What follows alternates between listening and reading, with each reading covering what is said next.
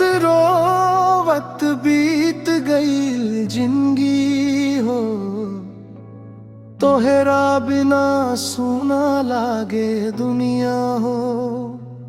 दिलवा के हर धड़कन तोहारे नाम ले, काहे छोड़ गईलू ए जान बतावना हो।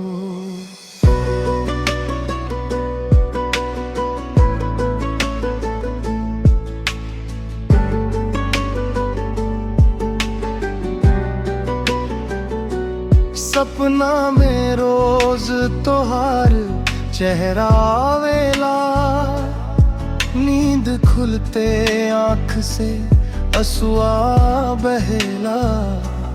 जवन हंसी तू दे ले रहे से एक दिन, आजू है याद बन के दिलवा जलावेला। रोवत रोवत बीत गईल जिंदगी हो, तोहरा बिना सुना लागे दुनिया हो।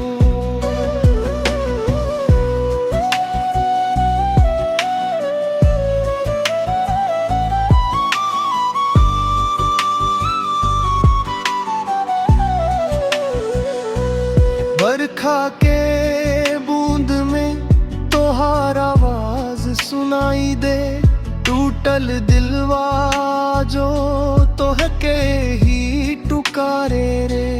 दुनिया कहेला भूल जाओ करा के, दिल कहेला एक बेरा फेर आ जा रे।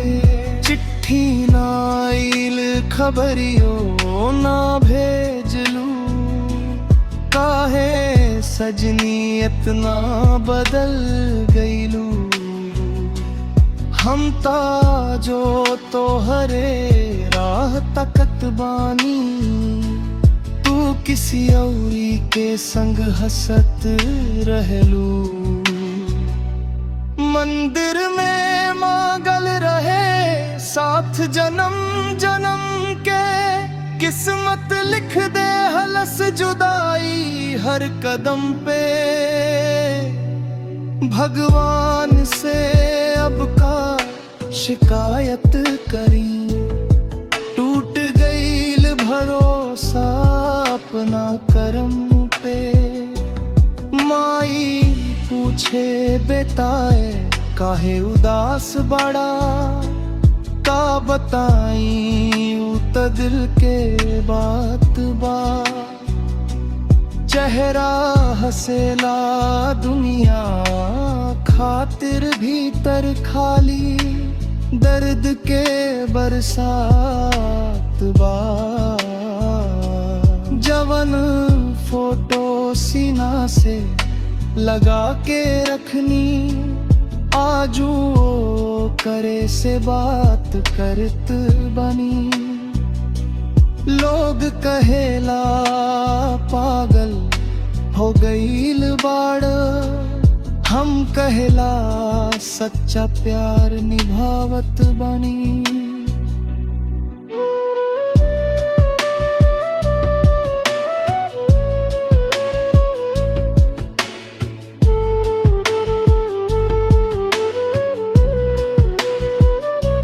चांदनी रातों अब अंधियार लागेला, हर खुशी अधूरा एहसास लागेला। तोहरा बिना ए जान जिंदगी के सफर, रेत पर लिखल नाम जैसन मिटात लागेला। अगर लौट के कभू तू अइबू, हम मुस्कुरा के फेरू गले लगीबू। बाकिरी टूटल दिल के दरार, शायद कबो ना भर पाइबू। अब त बस गीतन में दर्द लिखत बानी,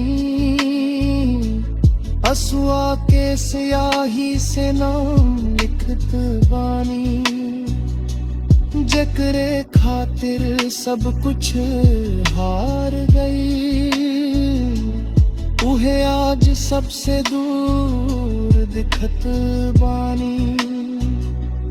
रोवत रोवत बीत गईल जिंदगी हो, तोहरा बिना सुना लागे दुनिया हो।